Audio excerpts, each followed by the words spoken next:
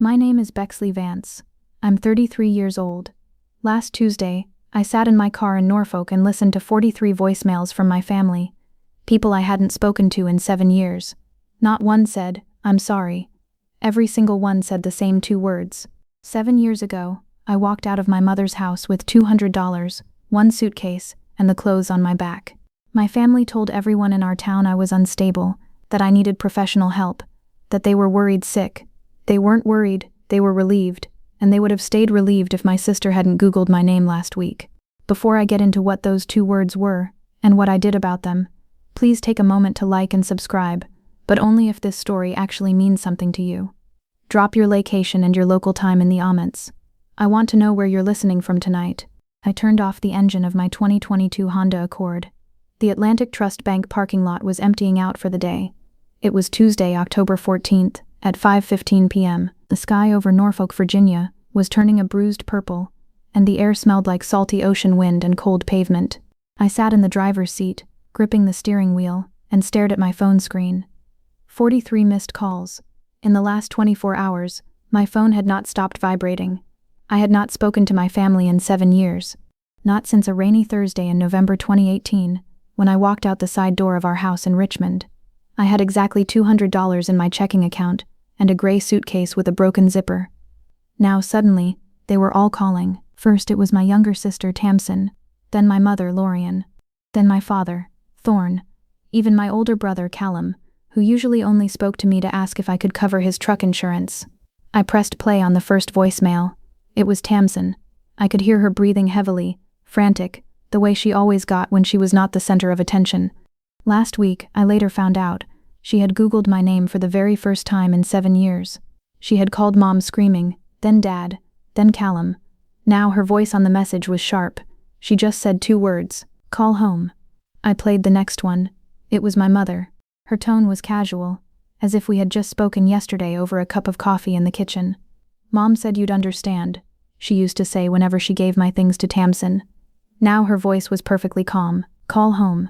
43 voicemails, the exact same 2 words. They did not say, "We miss you." They did not say, "Are you okay after all this time?" I placed the phone gently on the passenger seat. I am 33 years old now. I work as a senior loan officer. I spend my days at a heavy wooden desk, looking at debt-to-income ratios, property appraisals, and risk assessments. I know how to read between the lines of human behavior. People do not panic unless money is involved. And people definitely do not call a daughter they labeled as unstable, unless they desperately need something from her. Growing up, I was the invisible one. I was the one who made sure the kitchen sink was perfectly clean before Dad got home from his shift at the supply warehouse. I was the one who quietly slipped my weekend diner tips into the jar by the fridge when the electric bill was past due. I never mentioned it. I just wanted the house to be peaceful. When Tamsin got her first car in 2015, I stopped parking in the driveway. I parked my old car on the street under the large pine trees so she could have the clean spot. I spent hours in the freezing mornings scrubbing sticky pine sap off my windshield before driving to my community college classes. Nobody ever asked me to do it. It was just expected. My comfort was always the price of their peace. 7 years ago, when I finally packed that gray suitcase, they told the entire neighborhood I was having a mental breakdown. "She is just unstable," my mother told Aunt Vesper on the front porch, loud enough for me to hear through the screen door. "We don't know what's wrong with her. We gave her everything." I didn't argue. I just left. I drove 2 hours down to Norfolk. I rented a small room above a laundromat that smelled constantly like warm dryer sheets and bleach. I got a job as a bank teller. I learned how to smile politely at angry customers. I learned how numbers work. Numbers do not lie. Numbers do not play favorites. Over the years, I worked my way up. I studied late at night until I passed my licensing exams. I built a quiet, safe life, and they never reached out. Until today. I opened my laptop, resting it against the steering wheel. As a loan officer, I have access to public county property records. It is a legal, normal part of my job to check deeds and liens. I typed in my parents' address in Richmond. The system loaded for a few seconds. When the document appeared on the screen, my breathing stopped. There it was. A pending sale contract on the family home. The buyer was a large commercial real estate developer. The sale price was $1.2 million. But right below the buyer's name, there was a red flag on the title. A legal block. The sale could not go through. I leaned back against the headrest. The leather felt cold against my neck. I realized exactly what had happened. Tamsin had Googled me because the title company told them they had a major problem. They had forgotten a very important detail from 15 years ago. A detail my grandfather had put in writing before he passed away. My phone buzzed again on the passenger seat. Voicemail number 44. I did not pick it up. I just watched the screen go dark. They were starting to realize that the girl they pushed out the door was the only person who held the keys to their $1 million payday. I stared at the glowing laptop screen until my eyes started to burn. The words on the County Public Records website were small, but they carried the weight of 15 years of secrets. Title defect. Signature required, Bexley Vance. The car was completely dark now, except for the pale blue light of the screen reflecting on my face. I closed the laptop. The metal clicked shut. The silence in the car felt heavy, like the moment right before a thunderstorm. I didn't drive home immediately. I just sat there, listening to the quiet ticking of the dashboard clock, letting the memories wash over me. Our house in Richmond had always been fine. Not warm, just fine. From the outside, we looked like the perfect family. My father worked hard. My mother kept the lawn perfectly manicured, and my brother and sister were the stars of their high school. But inside, there was a different reality, a toxic equilibrium, a fake peace that I paid for every single day. I remembered being 19 years old. I was working double shifts at a local diner, coming home at midnight smelling like coffee and old bacon grease. Every Friday, I would cash my paycheck. I would keep $20 for gas, and I would leave the rest in an envelope on the kitchen counter. I didn't do it because I was generous. I did it because I had learned somewhere around age 15 that the fastest way to keep the peace in our house was to fix their problems before they even had to ask. I would come in through the side door, find my plate in the cabinet, and set it at the corner of the table where the placemat was always a little shorter than the others. I would patch the porch screen. I would sweep pine needles off the roof, because Grandpa Vance had taught me that's how leaks start. I did the heavy lifting so they could pretend everything was perfect. They accepted my money and my help as if it were oxygen, necessary, but completely invisible. I remember one specific Tuesday evening in November. I had just driven home in the freezing rain after a 9-hour shift. I walked into the kitchen, expecting the usual noise of the television and my mother cooking. Instead, the house was completely dark. On the kitchen island, sitting next to a pile of unpaid bills, there was a sticky note in my mother's neat handwriting. We went to the Olive Garden to celebrate Callum getting onto the varsity team. We thought you were busy. They didn't call. They didn't ask if I could get off work. They just assumed my life was a secondary thing, a background detail to their main story. When they finally came home hours later, laughing and carrying leftover boxes, Tamsin looked at me sitting on the couch in my work uniform.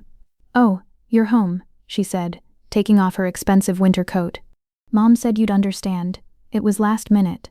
"It's fine," I said quietly. "Don't worry about it." Those were the ordinary phrases that built the walls around me. Every "we thought you were busy," and every "don't worry about it," was another brick. They were running up a tab in life, the way you run up a tab when someone else is always paying. But Grandpa Vance had noticed. He was my father's dad, a quiet man with rough hands who lived in a small cabin near Cedar Lake. He was not built for conversations about feelings. He was built for spreadsheets and assessments. He saw how they treated me. He saw how I was shrinking myself to make room for their egos. 2 months before he died, he asked me to drive him to the county courthouse. He paid for my gas with crumpled singles. I paid for our parking meter with quarters. He didn't tell me what he was doing inside that brick building. "I am just fixing a leak, Bexley," he had said, looking out the passenger window, "before the rain comes." I didn't understand it then, but sitting in my car now, 15 years later, the puzzle pieces were finally snapping together. My phone buzzed again, breaking the silence in the car. It wasn't a call this time. It was a text message from Callum. "Hey, Tamsin said she couldn't reach you. We need you to sign a paper for the house. Just some old tax thing from Grandpa. It's no big deal. Call Mom." "It's no big deal." I let out a slow breath. The cruelty didn't come from shouting. It came from the casual way they still tried to erase my intelligence. They thought the same invisible, quiet girl from 7 years ago was going to blindly sign away a legal hold on a $1.2 million real estate deal because they told her it was no big deal. They didn't invite me back into their lives to make amends. They invited me to make a payment. I put the car in drive and pulled out of the parking lot. I wasn't going to call them back. Not yet. I needed to go home, open my files, and prepare for the storm they had unknowingly started. I unlocked the door to my apartment in Norfolk. It was quiet. The air smelled like clean laundry and vanilla. I walked into the kitchen, placed my keys on the granite counter, and opened my laptop again. I poured myself a glass of sparkling water. I watched the bubbles rise and pop, one by one. I turned on the cold water in the sink and pressed my wrists against it. I needed to lower my heart rate so my brain could work. I pulled up the full property history for the Richmond house. As the county PDF file downloaded, the screen showed a list of dates. One specific date jumped out at me. November 12th, 2018. My stomach tightened. I knew that date. It was the exact day my family finally broke me. It was a Thursday. It had been raining heavily all afternoon. I was 26 years old. I had just driven home from the local bank branch where I worked as a junior teller. I was exhausted, smelling like wet wool and old coffee. But I was secretly proud. That morning, I had finally saved exactly $6,000 in a joint savings account I had shared with my mother since high school. I was planning to use it for a security deposit on a small apartment across town. When I walked through the side door of the Richmond house, I noticed the hallway felt different. My wet boots squeaked on the hardwood floor. I walked upstairs to my room. My bedroom door was wide open. I stopped in the doorway. The room was completely empty. My wooden bed frame was gone. The posters were taken down. In the center of the bare floor sat my gray suitcase. The zipper was broken, held together by a thick safety pin. My clothes were folded roughly inside it. I walked back downstairs. My mother was sitting at the dining table, writing early Christmas cards with a blue gel pen. She did not look up when I walked in. "Mom?" I asked. "Where is my bed?" She kept writing, her handwriting perfectly neat. "Oh, Tamsin is moving her photography business into that room. She needs the natural light. We put your things in the suitcase." I stood there, listening to the kitchen clock ticking. "Where am I supposed to sleep?" "You're 26, Bexley," my dad said, walking into the kitchen holding a mug of coffee. He was wearing his comfortable gray sweatpants. "It's time you got your own place. Tamsin really needs the space for her career, you understand." I felt a cold panic rising in my chest, but I nodded slowly. "Okay," I said, my voice shaking just a little. "I'll go look at apartments this weekend. I have my deposit money in the savings account." My mother stopped writing. She carefully put the cap on her blue pen. She finally looked up at me. Her face was completely calm. "About that," she said smoothly. "Your father needed to clear Callum's truck loan this morning. The bank was going to take his truck. We used the savings account. It's family, Bexley. Family takes care of family." I stared at her. $6,000, 4 years of saving my small paychecks, picking up extra shifts and skipping lunches. Gone in one single morning. The bank legally allows any cosigner to withdraw funds, and they had taken every last cent. "You took my money?" I whispered. "Don't be so dramatic," my dad sighed, taking a sip of his coffee. "We didn't take it. We borrowed it. We were going to tell you tonight. You're overreacting." "That was my apartment money," I said. My voice was getting louder. My hands started to shake. "I have $200 in my checking account." My mother stood up. She smoothed out her sweater. "Bexley, stop acting so unstable. You are shouting over nothing. We gave you a roof over your head for 26 years. You owe us that much." Unstable. That was the word she used. She used it to build a wall around her own guilt. It was easier to call me crazy than to admit they had robbed me. I did not scream. I did not throw anything. The silence in the kitchen was heavy. He looked at me the way you look at a lifeboat that's pulling away from a ship. They expected me to cry, to beg, to forgive them. Instead, I turned around. I walked upstairs, picked up the gray suitcase, and walked out into the rain. I drove 3 hours in the dark to Norfolk. I did not turn on the radio. I did not cry. The sound of my printer pulling a fresh sheet of paper brought me back to the present. I sat in my quiet apartment in Norfolk. The printer hummed as the 15-year-old property deed finished printing. I picked up the warm paper. I read the legal text my Grandpa Vance had filed before he died. Grandpa had known exactly who my parents were, and he had made sure that when this day came, I would be standing on ground that no one could take from me. My phone buzzed again on the counter. It was another text from Callum. "Come on, Bexley, don't be like this. We have a family meeting tomorrow at 6 p.m. Be there." I smiled. A slow, quiet smile. I was not that scared 26-year-old girl anymore. I was a senior loan officer, and I was going to that meeting. I looked down at the warm paper fresh from my printer. The legal document was 5 pages long, but all the power was in one small paragraph on the second page. 15 years ago, when Grandpa Vance took me to the county courthouse, he hadn't just been fixing a leak. He had filed the paperwork for an irrevocable trust. He legally attached 20% of the Richmond house to my name through that trust, which activated upon his death. He didn't leave me cash. He left me an anchor. He knew his son, my father, was terrible with money. He knew they would eventually max out their credit cards, drain their savings, and try to sell the house to survive. And he made sure that when they did, they could not sell it without my legal permission. But there was a second signature on the bottom of the document, a witness, Vesper Vance Miller. My Aunt Vesper, my father's sister. I traced her signature with my finger. Family dramas do not survive without enablers. Aunt Vesper was ours. She was the one who always sat in the corner of the living room, drinking sweet tea, watching everything. She was the one sitting on the front porch 7 years ago when my mother called me unstable. Aunt Vesper had just nodded. She knew. She was the executor of Grandpa's minor estate affairs. She knew that the girl being kicked out into the rain with a broken suitcase actually owned 20% of the roof over their heads. But speaking up would have meant arguing with my parents. It would have meant making things uncomfortable. For Aunt Vesper, it was easier to let me be homeless than to start a family argument. Her silence was her betrayal. I folded the paper carefully and placed it inside a blue folder. 7 years ago, when I arrived in Norfolk, I didn't know about this document.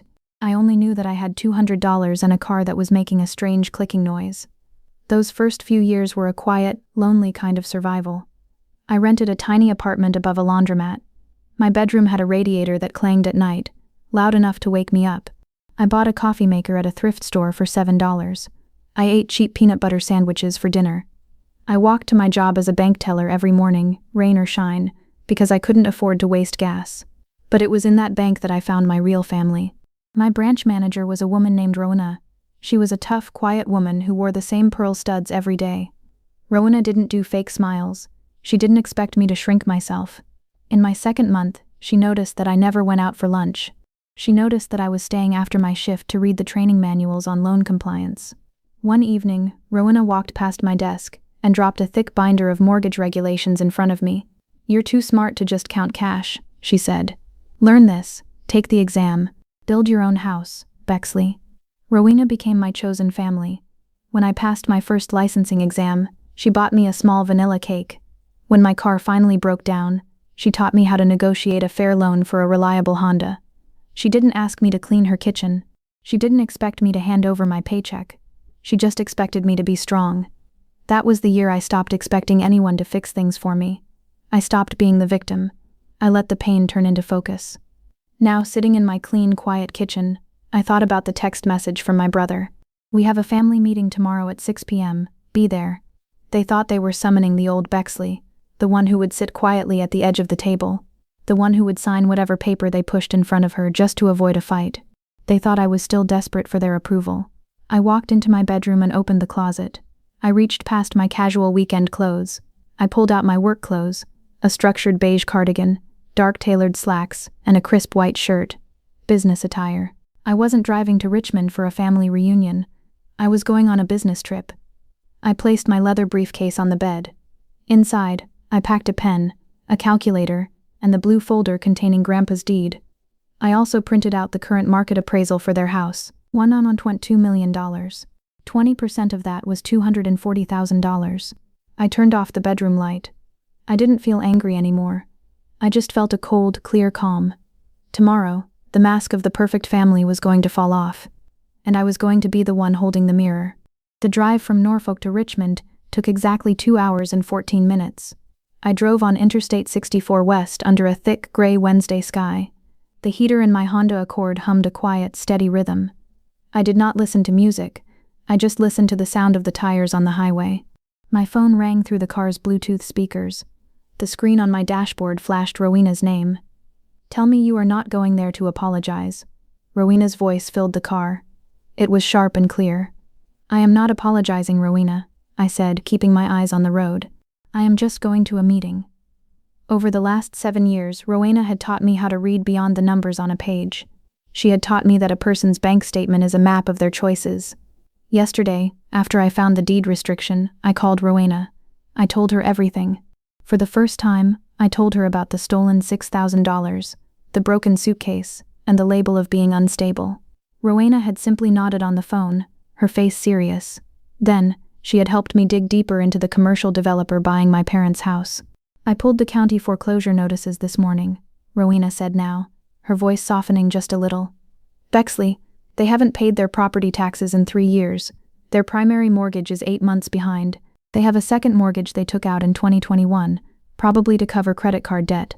They are completely underwater. I gripped the leather steering wheel. So the developer's cash offer is their only way out. Exactly, Rowena said. If this sale falls through because of your grandpa's trust rules, the bank will take the house in less than 30 days. They will lose everything. They need your signature, or they go bankrupt.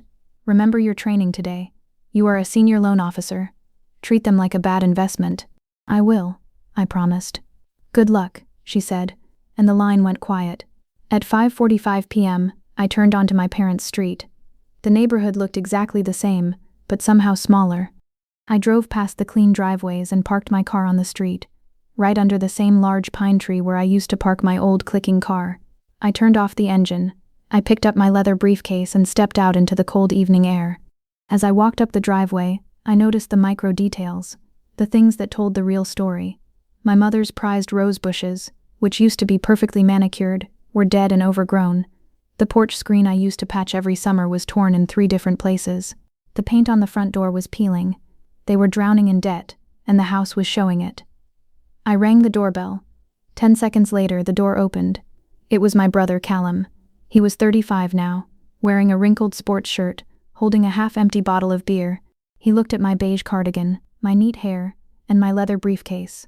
He didn't smile. He didn't offer a hug. Hey, he said, stepping backward to let me in. You're late. It was 5:50 p.m. The meeting was for 6 p.m. But I didn't argue. Hello, Callum, I said quietly. I walked into the hallway. The house smelled exactly as I remembered. Onion cooking in a cast-iron skillet, mixed with the sharp, expensive scent of Tamsin's perfume. I walked into the dining room. They were all there. The toxic equilibrium was sitting around the heavy oak table. My father was at the head of the table, tapping his phone. My mother was sitting next to him, wearing a nice blouse, her posture perfectly straight. Tamsin was sitting on the couch nearby, scrolling on a new, very expensive smartphone.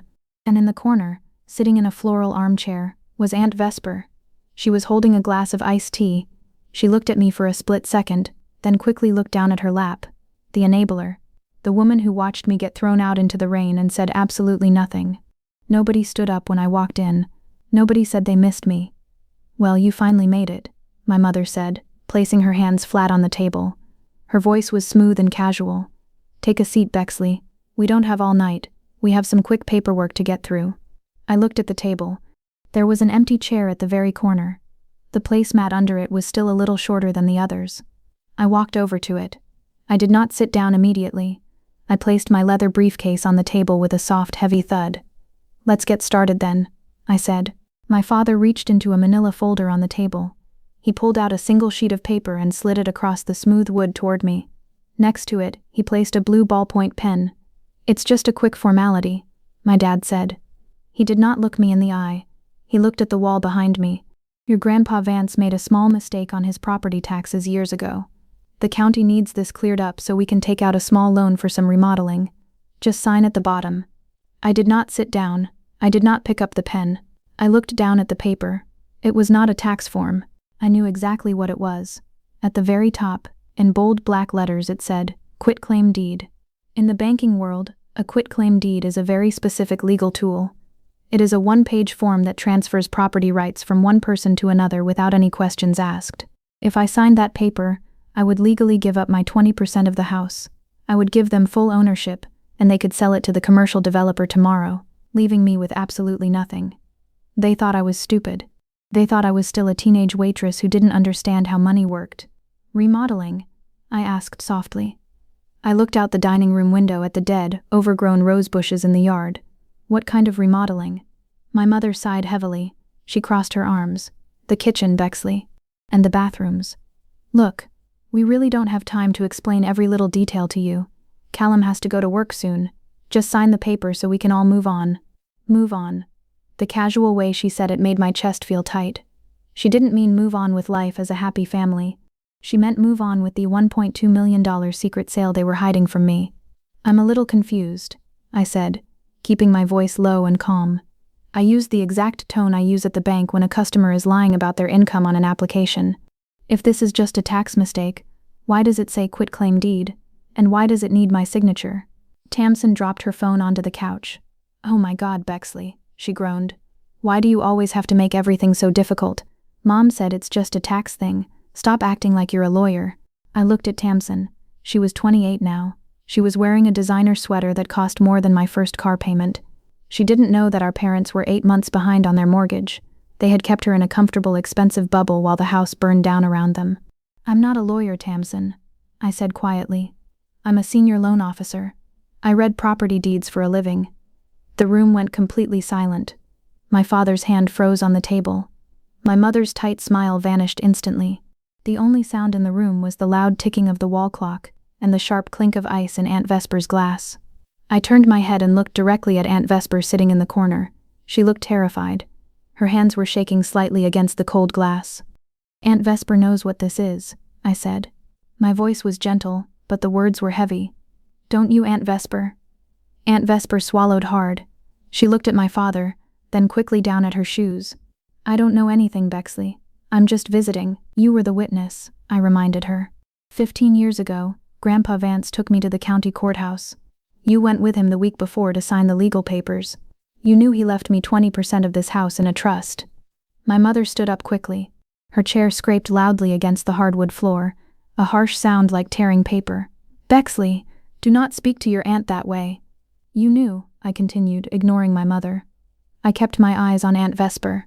7 years ago, when you sat on that porch and watched them throw me out in the rain with a broken suitcase, you knew I owned part of the roof over their heads. And you said absolutely nothing. Aunt Vesper's eyes filled with tears. She shrank back into the floral armchair. Your father told me not to say anything, she whispered. He said you wouldn't understand. He said you were too young to handle property. My father slammed his hand flat on the table. Enough, he shouted. His face was turning dark red. The mask was finally slipping off. You have no right to come into my house and interrogate my sister. I finally reached out and picked up the quitclaim deed. I held it in the air for a moment, letting the silence settle over the room. This is not your house anymore, Dad, I said, my voice completely steady. The bank is going to take it in less than 30 days. I reached for the brass latches on my leather briefcase. It was time to show them exactly what I knew. The brass latches on my leather briefcase made 2 sharp clicks. In the quiet dining room, it sounded like a lock snapping into place. Have you ever watched a wall fall down? Not a real brick wall, but the invisible one a family builds to hide their secrets? Tell me in the comments. Because it doesn't fall with a loud crash. It falls in total, heavy silence. I opened the briefcase. I did not rush.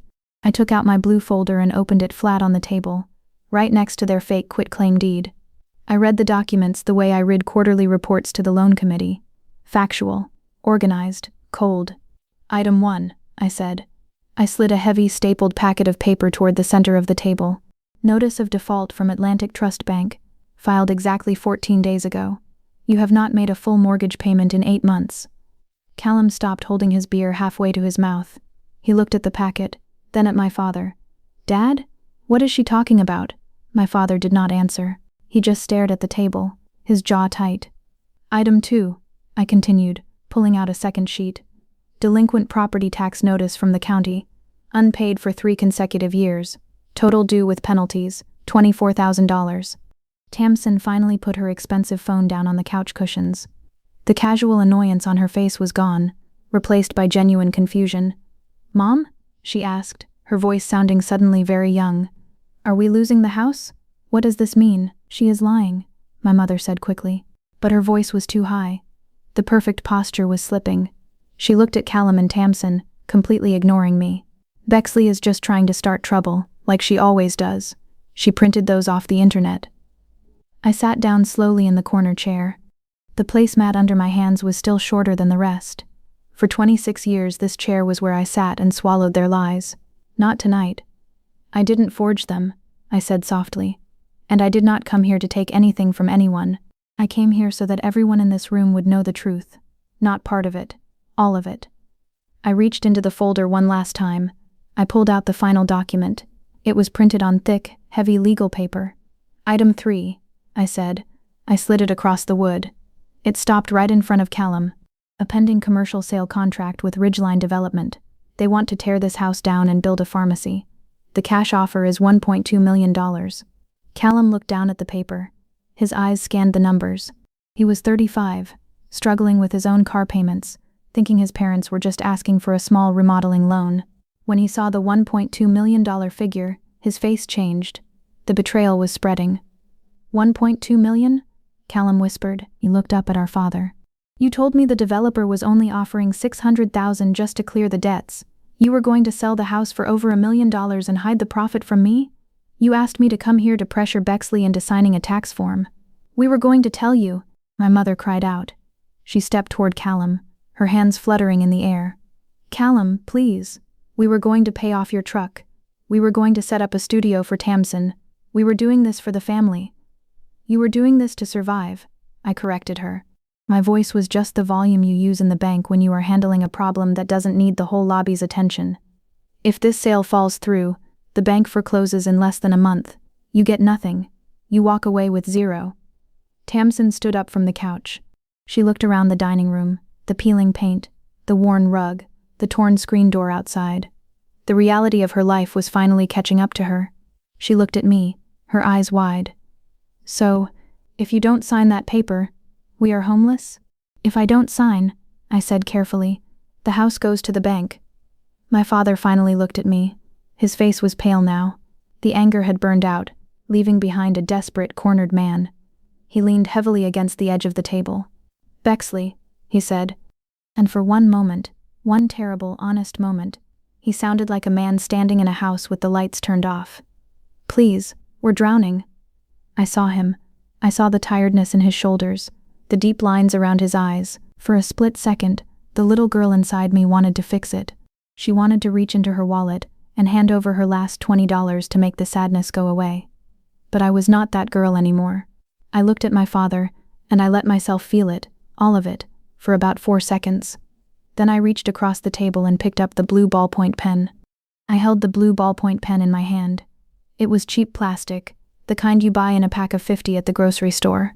I rolled it between my fingers. My father let out a long, heavy exhale. The tension drained out of his shoulders. He thought he had won.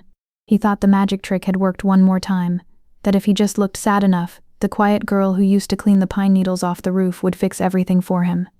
Thank you, Bexley, he whispered. I knew you would understand. Family takes care of family, sweetheart. It's time we remembered that. I looked down at the quitclaim deed.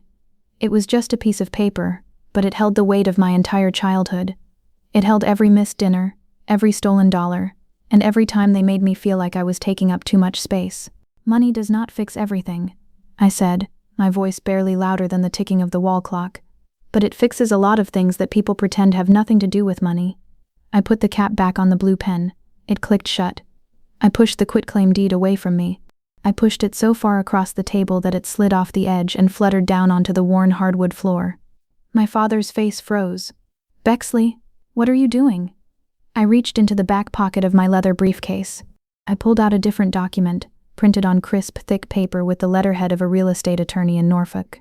I am not signing a quitclaim deed, I explained calmly. I smoothed the new document out on the table. I am not giving you my 20% of this house so you can take the money and pretend I don't exist. I am signing a consent to sale deed with specific escrow instructions. My mother stepped forward, her perfectly manicured hands curling into tight fists. What does that mean? Speak English, Bexley. It means, I said, looking directly into my mother's eyes, that the commercial sale to Ridgeline Development can go through. But I have already contacted the title company. The money from the buyer will not go into your bank account. It goes into an escrow account. I tapped my finger on the first paragraph of the page. The title company will distribute the funds legally, I continued. First, they will pay off the $800,000 you owe to Atlantic Trust Bank for your primary and secondary mortgages. Second, they will pay the $24,000 in back taxes to the county. Third, they will wire $240,000 directly to my personal account in Norfolk. That is exactly 20% of the $1.2 million sale price. It is what Grandpa Vance left me. The room was so quiet I could hear the faint sound of a car driving past the house outside. Tamsin's eyes darted back and forth between me and our parents. She was doing the math in her head. Wait, Tamsin said, her voice shaking. 1.2 million, minus the bank, minus the taxes, minus Bexley. That only leaves $136,000. I finished the math for her. My mother's face turned completely white. She looked like she had just been slapped. No, she gasped. No, that's impossible. We need at least $400,000 to buy the new house in the gated community. We promised Tamsin the down payment for her photography studio. You can't take $240,000 from us. I am not taking anything from you, I said softly. I am keeping what is legally mine. You did not invite me here because you missed me. You invited me because the numbers changed. And now, the numbers are final. You selfish brat, my mother yelled. The mask was completely gone now. She pointed a shaking finger at me. We gave you a roof over your head. We fed you. You owe us that much. I don't owe you, I said, my voice completely flat. I never did. Callum, who had been standing silently by the doorway, suddenly let out a bitter laugh. He looked at our mother, then at our father. The golden boy of the family finally saw the truth. You lied to me, Callum said, his voice stripped raw. You told me Bexley was holding up a tax form.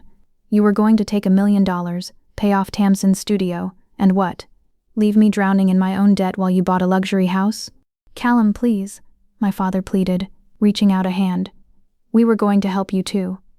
Don't touch me, Callum snapped, stepping backward. He looked at me for a long moment. Really looked at me. Not with anger, but with recognition. He saw the adult I had become. Then, without saying another word, Callum turned around, opened the front door, and walked out into the cold night. The heavy oak door slammed shut behind him. The sound echoed through the empty hallway. Aunt Vesper put her face in her hands and began to cry quietly in the floral armchair. I did not feel victorious. I did not feel righteous. I felt tired, like someone who had just walked through a fire and hadn't checked yet to see what got burned. I looked at the consent to sale document on the table. I picked up the blue pen again, signed my name at the bottom, and slid it toward my father. My father stared at the signed specific escrow instructions. His hands were flat on the table, trembling slightly. The blue ink at the bottom of the page was the only thing standing between him and total bankruptcy. He had a choice. He could tear the paper up and lose everything to the bank, or he could take the paper and accept his $136,000 reality. He reached out and pulled the paper toward him. He didn't say thank you. He didn't look at me. He just folded it in half, pressing the crease down hard with his thumb, and put it inside his manila folder. The toxic equilibrium was officially broken. He could not control me anymore, and he knew it. My mother, however, could not accept it. The mask was gone, and underneath it was just pure, raw panic. You are a terrible daughter, she hissed. Her voice was shaking. She gripped the edge of the oak table so hard her knuckles turned white. We are going to have to move into a tiny condo. Tamsin won't get her studio. Our friends will ask what happened. You are destroying this family, Bexley. I looked at my mother. I used to think she was just a warm person who liked hosting dinners. Now I understood she was a project manager, and her biggest project was pretending we were perfect. I am not destroying the family, Mom, I said softly. I picked up my blue folder and slid it back into my leather briefcase. I just stopped paying for the illusion. I closed the briefcase. The brass latches clicked shut. The sound was final. I turned to walk away. But then Tamsin spoke. Bexley, wait. I stopped. I looked at my younger sister. She was sitting on the expensive couch, holding her dead phone. For the first time in her life, the golden bubble had popped. She was 28 years old, and she suddenly realized she had no real skills, no safety net, and parents who could no longer fund her lifestyle. What am I supposed to do? Tamsin asked. Her voice was small, like a lost child. My photography business. I need equipment. I can't afford rent on my own. Have you ever realized that giving someone everything they want is actually the cruelest thing you can do to them? Tell me in the comments. Because looking at Tamsin, I saw the damage my parents had done. They had kept her weak so she would never leave. You are going to do what I did, Tamsin, I said. My tone wasn't angry. It was just honest. You are going to get a job. You are going to save your money. And you are going to learn how much a gallon of milk actually costs. Tamsin stared at me. She didn't argue. She just looked down at her hands. I started walking toward the hallway. As I passed the floral armchair, Aunt Vesper stood up. Her face was red and wet with tears. She reached out, her hand hovering in the air as if she wanted to touch my arm. Bexley, I am so sorry. Aunt Vesper cried. Her voice was thick with guilt. I should have said something that night. I should have stopped them from kicking you out. Please forgive me. I stopped. I looked at the aunt who used to drink sweet tea while I scrubbed the floors. The silent enabler. An apology 15 years late is not an apology, Aunt Vesper, I said quietly. It is just a confession to make yourself feel better. She pulled her hand back as if I had burned it. She sank back into the chair and covered her face. I walked down the hallway. I didn't look back at the dining room. I didn't need to. I reached the front door, turned the brass knob, and stepped out into the cold Virginia night. The wind hit my face, smelling like wet pine needles and ocean salt. I walked down the driveway toward my Honda Accord. The overgrown rose bushes scratched against my slacks, but I didn't care. I unlocked my car, opened the door, and tossed my briefcase onto the passenger seat. I sat in the driver's seat and closed the door. I didn't start the engine right away. I just sat there in the dark, gripping the steering wheel. My chest felt hollow. I had won. I had protected my grandfather's legacy, secured my future, and exposed their lies. But realism in family dramas means there is no magical celebration. You do not cheer when you realize your family never truly loved you. I leaned my head against the cold steering wheel, and for the first time in 7 years I let myself cry. Not for the money, not for the broken suitcase. I cried because I wished it had been different. I wished my dad had been the kind of man who would have just hugged me. I wished my mom had loved me enough to let me sleep in my own bed. I let myself feel it, all of it, for exactly 4 minutes. Then, I sat up.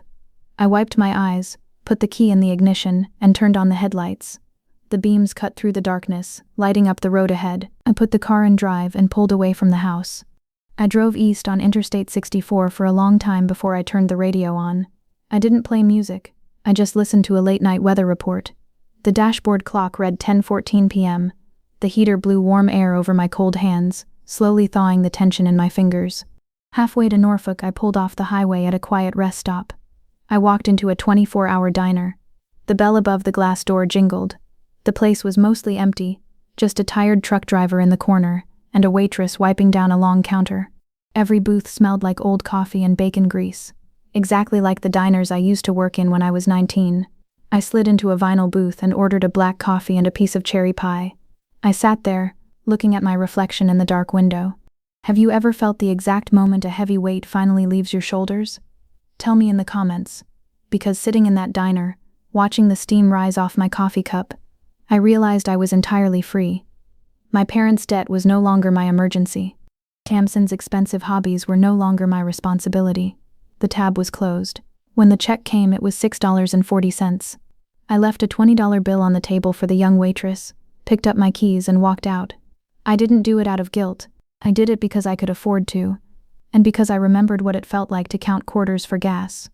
The next morning, Thursday, I woke up at 6 a.m. My Norfolk apartment was perfectly quiet. The radiator clanged once, a familiar and safe sound. I made my bed, put on a dark navy suit, and drove to my branch at Atlantic Trust Bank. The lobby smelled like rosemary and warm air. The security guard waved at me.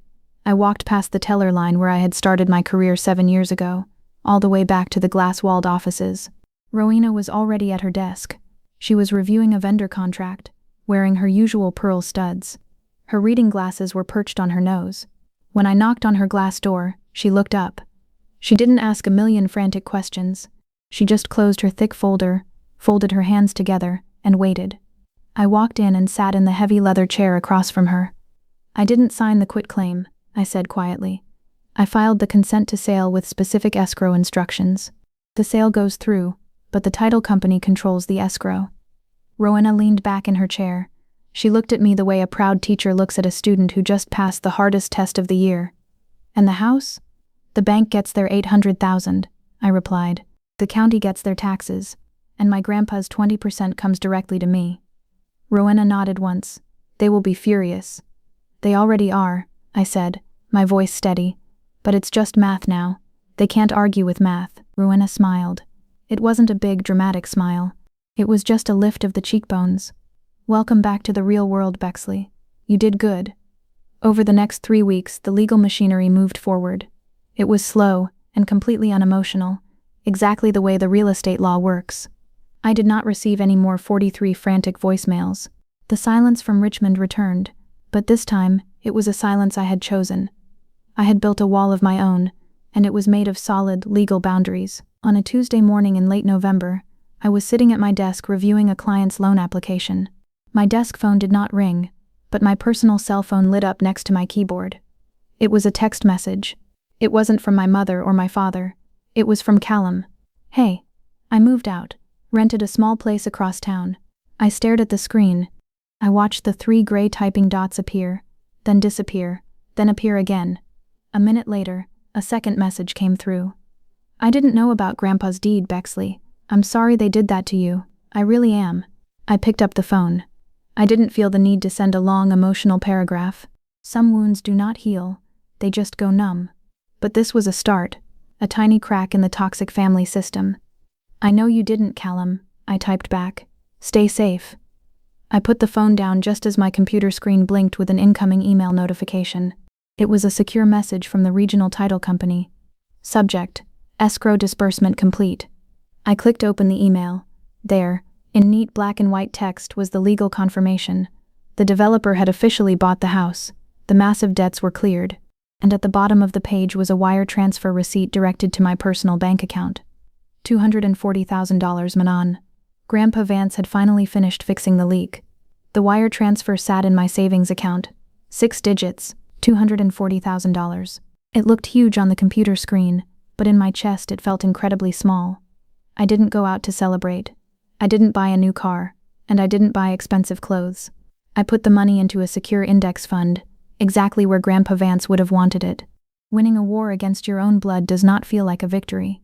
It feels like the kind of exhaustion that comes after a long, terrible illness. You are not sick anymore, but you are not quite well either. 3 weeks later, during the first week of December, the receptionist at the bank walked over to my desk. She handed me a standard white envelope. It was not the thick, expensive cream-colored stationery my mother used to buy for her holiday cards. It was cheap, thin paper, the kind you buy at a dollar store. The return address was not the Richmond house. It was a complex of cheap rental apartments on the east side of the city. I waited until I was completely alone in my office. I closed the glass door. I slid my thumb under the flap and opened it. The glue was weak. Inside was a single piece of lined notebook paper. The handwriting belonged to my father. "Bexley, we moved into a 2-bedroom apartment on Tuesday. It is very small. Your mother has been crying a lot. She doesn't want to leave the bedroom. Tamsin got a job working the cash register at the grocery store down the street. She complains about her feet hurting, but she is going to work every day. I drove past our old house yesterday. The developer already put up a chain-link fence. There is a yellow bulldozer sitting in the front yard, right on top of your mother's rose bushes. They are going to tear it down tomorrow morning." I sat in my car and I thought about the porch screen you used to fix. I thought about the money you used to leave on the counter. I realize now that we took the only person who actually cared about our foundation, and we pushed her out into the rain. You were right. We loved the comfort you provided more than we loved you. I am sorry, Bexley. I know saying it now doesn't fix the broken suitcase, and it doesn't give you your apartment money back. But I am sorry. I hope you have a good life. Dad. I read the letter 3 times.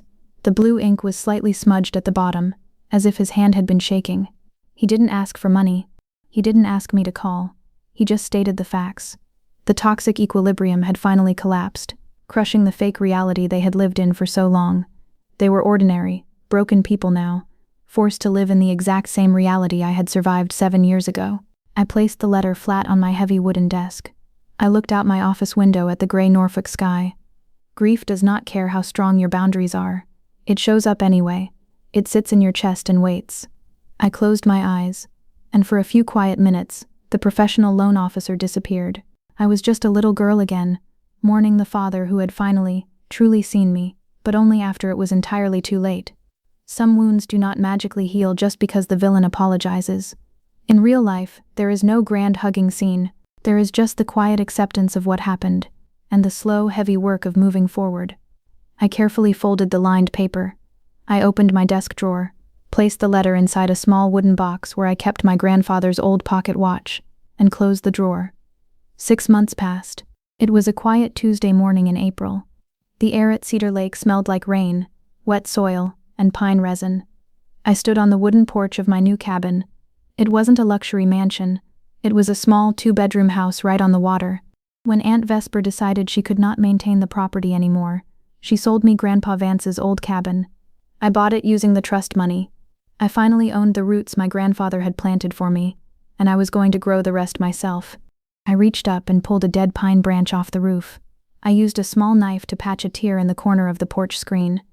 I did the exact same chores I used to do at the house in Richmond, but this time, my chest did not feel heavy. I was not doing it to keep the peace. I was not paying an invisible rent for someone else's love. I was simply taking care of my own home. I heard the sound of tires crunching on the gravel driveway behind the cabin. I turned around and wiped my dusty hands on my jeans. Rowena parked her silver SUV next to my Honda Accord. She stepped out, wearing her usual weekend clothes, a thick gray sweater and comfortable boots. She was holding a cardboard tray with 2 large coffees from a diner on the highway. "I thought you might need a break," Rowena said. She walked up the wooden stairs and handed me a warm cup. "Thank you," I said. I took a sip. It was black coffee, just the way I liked it. We stood side by side, leaning against the wooden railing, looking out at the dark, flat water of the lake. We didn't talk about bank loans, and we didn't talk about the past. Over the last 6 months, Rowena and my team at the bank had become my true family. They were the people who showed up when I had nothing. They were the ones who taught me how to stand on ground no one could take from me. "Callum texted me last night," I said quietly, watching a bird fly low over the water. "He got a promotion at the warehouse. He is doing okay. He asked if I wanted to get lunch next month." Rowena looked at me. "Are you going to go?" I nodded slowly. "Just lunch, at a diner halfway between here and his apartment. 1 hour, then home." "And your parents?" Rowena asked softly. I looked down at the coffee cup in my hands. The heat seeped into my cold fingers. In a real family drama, a happy ending does not mean everybody hugs and forgets the pain. It means setting boundaries.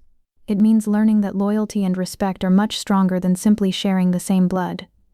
I had sent my dad a short text message on his birthday in March. "Happy birthday, Dad. Hope you are staying warm." He had replied a few hours later with a simple, "Thank you, Bexley. We are doing okay." I also knew that Tamsin had finally stopped asking for handouts. Last week, Callum told me she was working full-time at a local bakery. She complained about her feet hurting, but she was showing up every single morning. The toxic bubble had burst, and it was forcing all of them to finally live in the real world. It was a very small bridge, but it was all I could build right now. I could not fix their broken foundation, but I did not wish them any harm anymore. The anger was gone. I looked out at the water again. The quiet was not the heavy, fake silence of the Richmond dining room. It was a peaceful, earned silence. I felt the crisp morning wind on my face. I was 34 years old. I was a senior loan officer, and for the first time in my entire life, I was exactly where I belonged.